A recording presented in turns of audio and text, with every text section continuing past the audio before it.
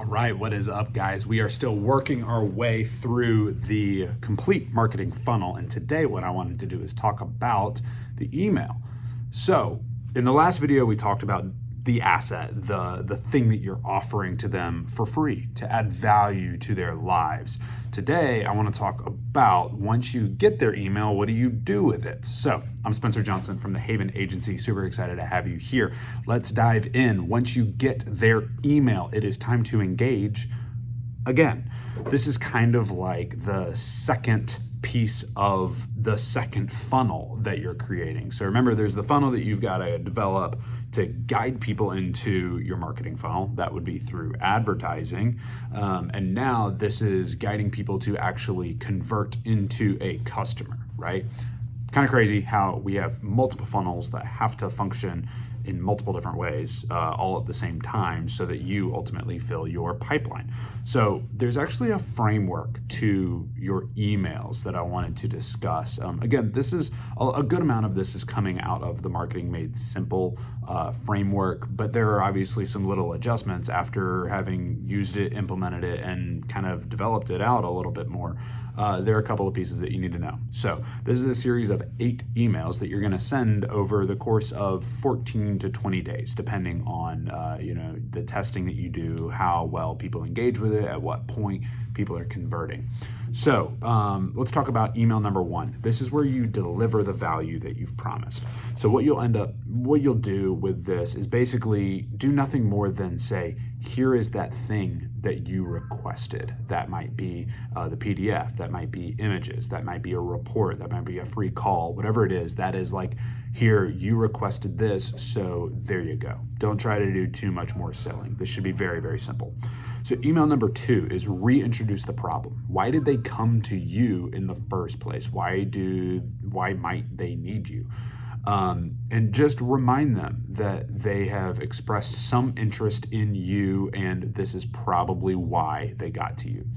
Email number 3 is problem plus solution. So say, you came to me for this, and this is what I do. If that is interesting to you, I would love to work with you. So let's connect, right? This is very simply, you have a problem, I have the solution, let's get started. Email number 4 is going to be testimonial or proof that whatever you do actually works. There are tons of different ways that you could approach this, but if you have a customer testimonial, great. Customer testimonial video, even better. Examples of graphs, data charts, whatever, showing, if you're an artist, here is how beautiful my work looks in this space. This is why the interior designer chose it, or my client chose it, and this is the result. People are celebrating it. Tell that story to your audience.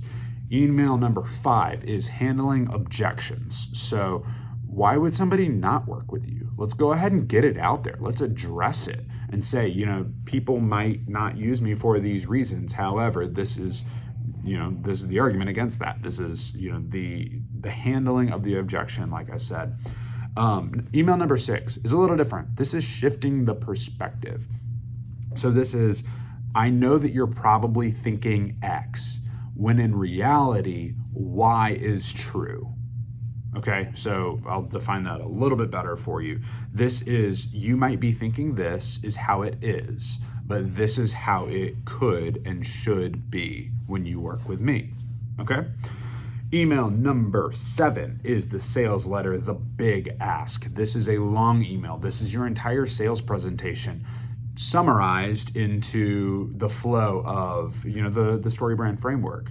You are this person having this problem. I understand. I can be your guide. I have the authority and the empathy to approach it. Here's my process, and this is what you get when you reach the success point.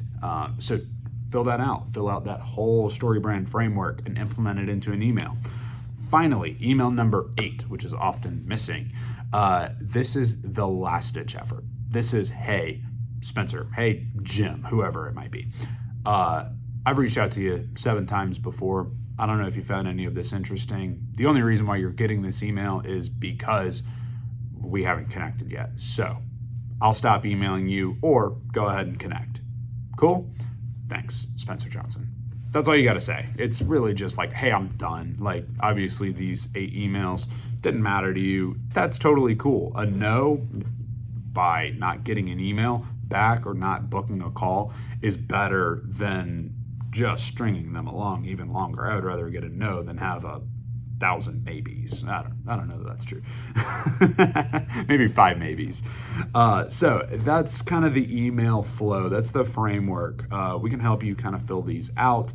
But if you don't have an email marketing funnel, it is time to implement one.